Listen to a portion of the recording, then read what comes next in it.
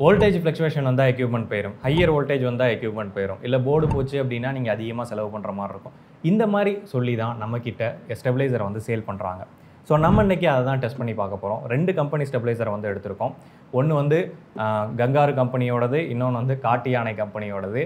அந்த மலை சிகர கம்பெனியோடதை தேடி பார்த்தோம், நம்ம செலக்ட் பண்ண மாடல் வந்து அவைலபிளாக இல்லை. அதனால தான் இந்த 2 கம்பெனியும் எடுத்திருக்கோம். இப்போ இது 2ஐயும் டெஸ்ட் பண்ணி ஸ்டெபிளைசர் அப்படின்றது ஒரு எக்யூப்மெண்ட்டுக்கு தேவையா, அது எப்படி வேலை செய்யுது, அது நிஜமாவே வாங்கணுமா அப்படின்ற மாதிரி விஷயங்களை தான் டீட்டெயிலாக பார்க்க போகிறோம். ஸோ இதுதான் நம்ம வேரியாக்னு சொல்லுவோம். ஸோ இதில் தான் நம்ம வோல்டேஜை இன்க்ரீஸ் பண்ணி செக் பண்ண போகிறோம். இப்போ 300 வோல்ட்டில் வச்சுருக்கேன், இன்னும் 250 தான் வருது. எதுக்கும் நம்ம இன்புட்டை செக் பண்ணி பார்ப்போம். ஸோ இன்புட்டே வந்து 194 95 தான் வருது. அதுதான் நமக்கு அவுட்புட்டும் வந்து 240 தான் வருது போல். ஃபேஸை சேஞ்ச் பண்ணி அதில் எவ்வளோ வோல்டேஜ் வருதுன்னு பார்ப்போம்.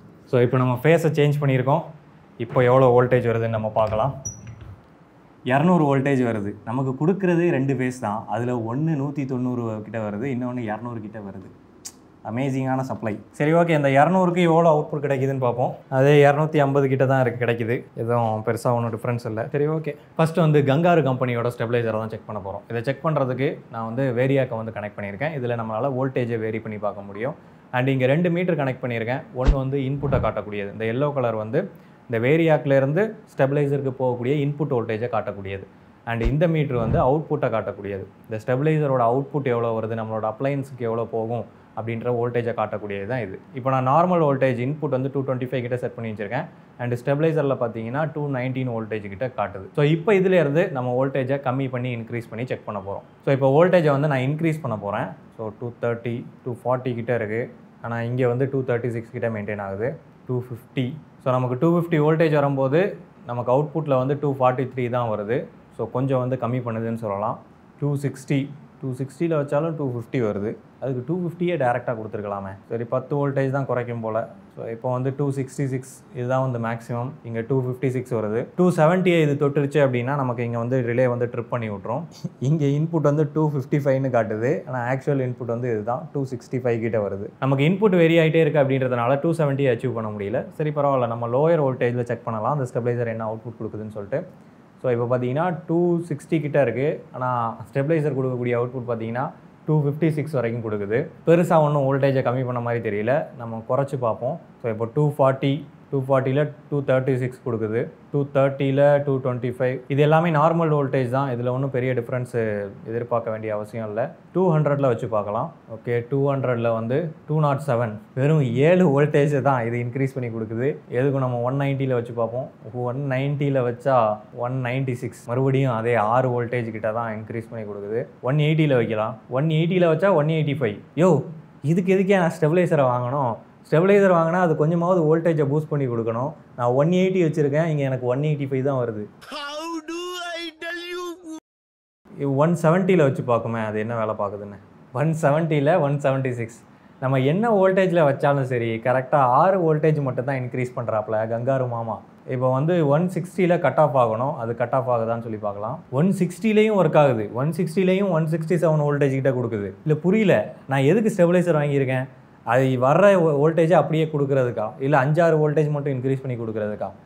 160ல் நேரத்துக்கு கட் ஆஃப் ஆகிருக்கணும், ஆனால் கட் ஆஃப் ஆகலை. 167 வருது. சரி, என்ன வோல்டேஜில் தான் கட் ஆஃப் ஆகுதுன்னு பார்ப்போமே. 159 58. கங்காருவோட கேல்குலேஷன் படி அதோட இன்புட் ஆல்ரெடி 148க்கு போயிருச்சு, ஆனாலும் கட் ஆஃப் ஆகலை. ஆனால் நமக்கு ஆக்சுவலாக இங்கே வர்றது வந்து 150 கிட்ட வருது. 150 149. சே, எவ்வளோ அக்யூரேட்டாக ஒர்க் ஆகுது. 147 145. இப்போ தான் கட் ஆஃப் ஆகிருக்கு. 143 கிட்ட தான் கட் ஆஃப் ஆகிருக்கு. அது வரைக்கும் ஒர்க் ஆகிட்டு இருந்திருக்கு. இந்த லட்சணத்தில் இவங்க ஸ்டெபிளைசரை வச்சுட்டு நம்ம எக்யூப்மெண்ட்டை வந்து ப்ரொடெக்ட் பண்ணுறாங்களாம். நான் இந்த பிராண்டு நல்லா இருக்கும்னு நினச்சேன், கங்காரு பிராண்டு. ஆனால் அதுவே வந்து இப்படி பண்ணுது அப்படின்னா அந்த இன்னொரு லோக்கல் பிராண்டு காட்டு யானையும் செக் பண்ணி பார்த்துருவோம். ஸோ இப்போ வந்து அடுத்த ஸ்டெபிளைசர் காட்டு யானையை வந்து செக் பண்ண போகிறோம். ஏன்னா இதில் யானை சிம்பிள் தான் போட்டுருந்துச்சு. ஸோ இப்போ வோல்டேஜ் வந்து பார்த்தீங்கன்னா 230 வோல்ட்டு கிட்ட நான் வந்து வச்சுருக்கேன். ஆனால் அவுட்புட் வர்றது 210 வோல்ட் தான் வருது. நம்ம எதுக்கும் இன்க்ரீஸ் பண்ணி பார்க்கலாம் மேக்ஸிமம் வோல்டேஜ் எவ்வளோ வருதுன்னு சொல்லிட்டு. ஓகே, இப்போ வந்து 270 வச்சுருக்கேன். ஆனால் நமக்கு 240 கிட்ட வருது. பரவாயில்ல, இது கொஞ்சம் கம்மி பண்ணியிருக்குன்னு சொல்லலாம் வோல்டேஜை. 280, இது 250 கிட்ட மெயின்டைன் பண்ணுது. இப்போ 290 கிட்ட வச்சுருக்கேன். 262 கிட்ட மெயின்டைன் பண்ணுது. ஹையர் வோல்டேஜில் நம்ம அதிகமாக கொடுக்கும்போது இது ஒரு அளவுக்கு ஒரு 20-30 வோல்டேஜை கம்மி பண்ணுதுன்னு சொல்லலாம். சரி, இது லோயர் வோல்டேஜில் பண்ணுதான்னு சொல்லி பார்ப்போம். இன்புட் வந்து இப்போ 230 வச்சுக்கலாம். இப்போ பார்த்தீங்கன்னா 214 வோல்ட் தான் வருது. சரி, ஓகே. இந்த நார்மல் லெவலில் பெருசாக ஒன்றும் டிஃப்ரென்ஸ் எதிர்பார்க்க முடியாது. இப்போ நம்ம 200ல் வைக்கலாம். 200ல் வச்சா 186க்கு போயிடுது. இப்போவும் ஹை வோல்டேஜ்னு நினச்சிட்டு 20 வோல்டேஜை குறைக்க தான் செய்யுது, இன்க்ரீஸ் பண்ணுற மாதிரி தெரியல. 200ல் வச்சா 186ல் ஒர்க் ஆகுது. 180ல் வச்சா 169க்கு போயிடுது. அந்த ஸ்டெபிளைசர் 5-6 வோல்டேஜாவது இன்க்ரீஸ் பண்ணிச்சு. இது என்னென்னா இருக்கிற வோல்டேஜ்லேருந்து 60 வோல்டேஜ் இன்னும் கொஞ்சம் கம்மி பண்ணுது. இப்படி அவுட்புட்டில் கொடுத்தா அப்ளையன்ஸ் என்ன நிலைமை ஆகும்? இன்னும் கொஞ்சம் கம்மி பண்ணி பார்க்கலாம். 160 கிட்ட வைப்போம். 160ல் வச்சா 150 வோல்டேஜ் கொடுக்குறாப்புல. அதுக்கும் கீழே எதில் கட் ஆஃப் ஆகுதுன்னு பார்க்கலாம். 140 வோல்டேஜ் கிட்ட கட் ஆஃப் ஆகிருக்குது. நமக்கு கங்காருவாவது 5-6 வோல்டேஜை இன்க்ரீஸ் பண்ணி கொடுத்துச்சு. ஆனால் இதில் லோயர் வோல்டேஜில் போகும்போது என்ன இன்புட் வருதோ அதிலிருந்து அடிஷ்னலாக இது வோல்டேஜை வந்து கம்மி பண்ணுது. எக்ஸ்ட்ராவாக ஒரு 10 வோல்ட் 20 வோல்ட் கம்மி பண்ணுது. ஸோ இந்த மாதிரி ஸ்டெபிளைசர் தான் இன்றைக்கி மார்க்கெட்டில் இருக்குன்னு சொல்லலாம். இது வந்து ஒரு லோக்கல் பிராண்டு ஸ்டெபிளைசரு. அதாவது நமக்கு ஏசி மாட்ட வரும்போதே அது கூடவே ஒரு ஸ்டெபிளைசரையும் சேர்த்து கொடுப்பாங்க இல்லையா? இந்த 1500 1600 அந்த மாடலில் ஒன்று தான் இது. அதை நம்ம கடையில் கேட்டு வாங்கினோம், லோக்கல் பிராண்டு தான் வேணும் அப்படின்னு சொல்லிட்டு. ஸோ அதோட அவுட்புட் தான் நீங்கள் இப்போ பார்த்தீங்க. ஆனால் அதே சமயத்தில் எல்லா லோக்கல் பிராண்டையும் குறை சொல்லிட முடியாது. சிலர் நல்ல ப்ராடக்டையும் கொடுக்குறாங்க. சரி, இந்த பிரச்சனையை கேட்கலான்னு கங்காரு கம்பெனிக்கும் காட்டு யானை கம்பெனிக்கும் நம்ம கால் பண்ணோம். அனிமல்ஸ் பேர பூரா அடமொழியா வச்சிருக்கீங்களா? காட்டு யானை கம்பெனியில் எந்த விதமான ரெஸ்பான்ஸும் இல்லை. கங்காரு கம்பெனியில் டால் ஃப்ரீ நம்பருக்கு கால் பண்ணி அவங்க சர்வீஸ் சென்டர் நம்பர் கொடுத்து சர்வீஸ் சென்டர்லேருந்து திரும்ப டெக்னீஷியன் நம்பர் வாங்கி அவர்கிட்ட நம்ம பேசணும். அவர் என்ன சொன்னார் அப்படின்னா, இல்லை ஒன்றும் இல்லை, நம்ம அந்த விகா ஸ்டெபிளைசர் வந்து டெஸ்ட் பண்ணிட்டு இருக்கோம். 170 to 270 ஒர்க் ஆகும்னு போட்டிருக்காங்க. இப்போ நம்ம 180 வோல்ட் கொடுத்தோம் அப்படின்னா அது வந்துட்டு 185 86 அந்த வோல்டேஜ் தான் வருது. பூஸ்ட் பண்ணவே மாட்டேங்குது. இல்லை, மேக்ஸிமம் 7 வோல்ட் தான் பூஸ்டிங் இருக்கு. அது பூஸ்டிங் ஆகாது. சிங்கிள் பூஸ்ட் மாடல் தான். ஓகே, இப்போ டபுள் பூஸ்ட் அப்படின்னா டபுள் பூஸ்டர் மாடல் நார்மல் வந்து 30 வோல்ட் பூஸ்டிங் ஒன்று இருக்கு. ஓகே, 60 வோல்ட் பூஸ்டிங் இருக்கு. ஓ, 60 வோல்டேஜ் வரைக்கும் பூஸ்ட் பண்ணுமா அது? ஆமாம் ஆமாம். அந்த மாடல் அது என்ன ரேட் வரும் அப்ராக்சிமேட்டா? 4000 மேலே தான். சரிண்ணா, ரொம்ப தேங்க்ஸ். உங்கள் பேர்? கார்த்திகேயன். சரிண்ணா, ரொம்ப தேங்க்ஸ். இந்த மாடல் வந்து உங்களுக்கு 5-6 வோல்டேஜ் தான் பூஸ்டிங் கிடைக்கும், அதுக்கு மேலே கிடைக்காது அப்படின்னு தெளிவாக சொல்லிட்டார். இதுக்கு அடுத்து வரக்கூடிய models double booster, triple booster, ஒரு 4000 5000 அந்த ரேஞ்சில் வரக்கூடிய மாடல்ஸில் தான் 30 வோல்டேஜ்லேருந்து 60 வோல்டேஜ் வரைக்கும் பூஸ்டிங் கிடைக்கும்னு சொல்லி சொன்னார். இன்னொரு விஷயம், அவர் நம்ம ஃபாலோயரு என்னை கண்டுபிடிச்சிட்டாரு. நான் யார் பேசுகிறேன்றதை அவரே கண்டுபிடிச்சிட்டாரு. இதில் ஃபேஸ்புக்கில் வரீங்களா உண்டா? கண்டுபிடிச்சிட்டீங்க போலயே. இந்த மாதிரியான டபுள் பூஸ்டர் ஸ்டெபிளைசரை நம்ம ஆல்ரெடி முன்னாடியே டெஸ்ட் பண்ணியிருப்போம். அதில் பார்த்தீங்கன்னா 160 வோல்ட் கொடுக்கும்போது நமக்கு வந்து ஒரு 210 வோல்ட் வரைக்கும் நமக்கு பூஸ்டிங் வந்து கிடச்சிது. ஸோ நிஜமாவே இந்த மாதிரி டபுள் பூஸ்டர் ஸ்டெபிளைசர் வாங்குறது வந்து ஒர்த்து தான், இல்லைன்னு சொல்லலை.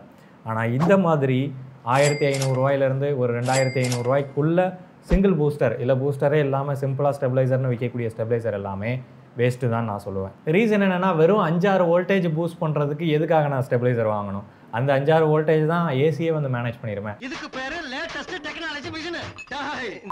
சரி, இந்த ஸ்டெபிளைசரால் எதனால் அதிகமாக பூஸ்ட் பண்ண முடியல அப்படின்றத தெரிஞ்சுப்போம்.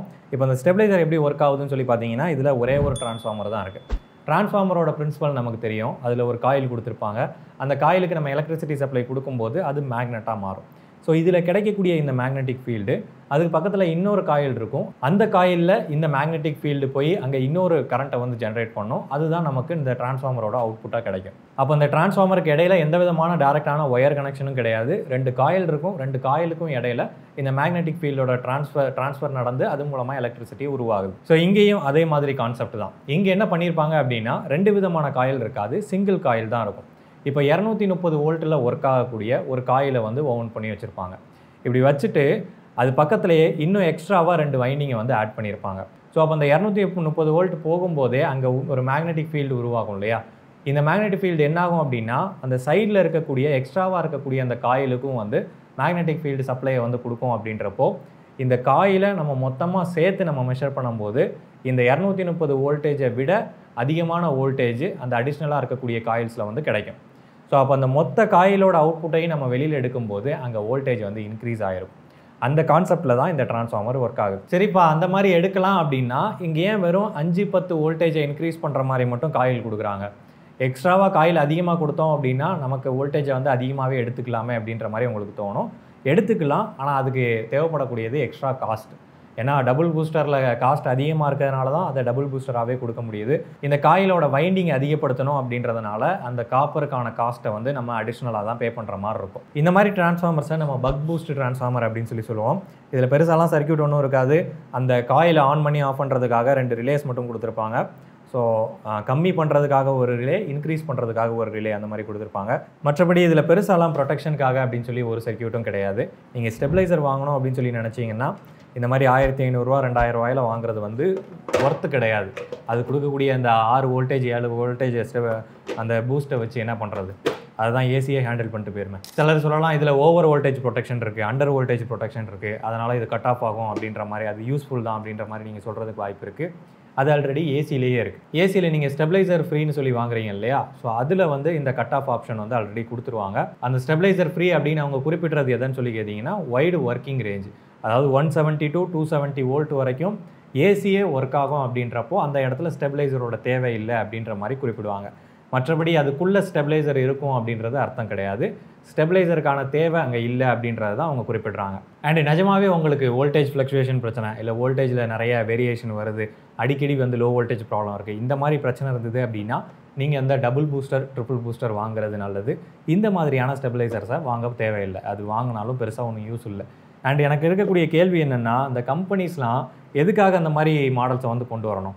இந்த கங்காரு கம்பெனியாக இருக்கட்டும், இல்லை மலைச்சிகர கம்பெனியாக இருக்கட்டும், அவங்கெல்லாம் எதுக்காக அந்த மாதிரி லோ எண்ட் மாடலை கொண்டு வரணும்? அது போட்டு எந்த விதமான பெரிய யூஸும் இல்லை அப்படின்றப்போ எதுக்காக அதை கொண்டு வரணுன்றது எனக்கு தெரியல. அண்டு கண்டிப்பாக இது நம்மளோட ப்ராடக்ட் லிஸ்ட்டில் கேனத்தனமான ப்ராடக்ட் லிஸ்ட்டுக்குள்ளே தான் அந்த ப்ராடக்ட்லாம் போகும். உங்களுக்கு இந்த டபுள் ட்ரிபிள் பூஸ்டரில் எந்த ப்ராடக்டாக வாங்குறது அப்படின்ற மாதிரி கீழே நான் டிஸ்கிரிப்ஷனில் லிஸ்டிங் பண்ணுறேன்.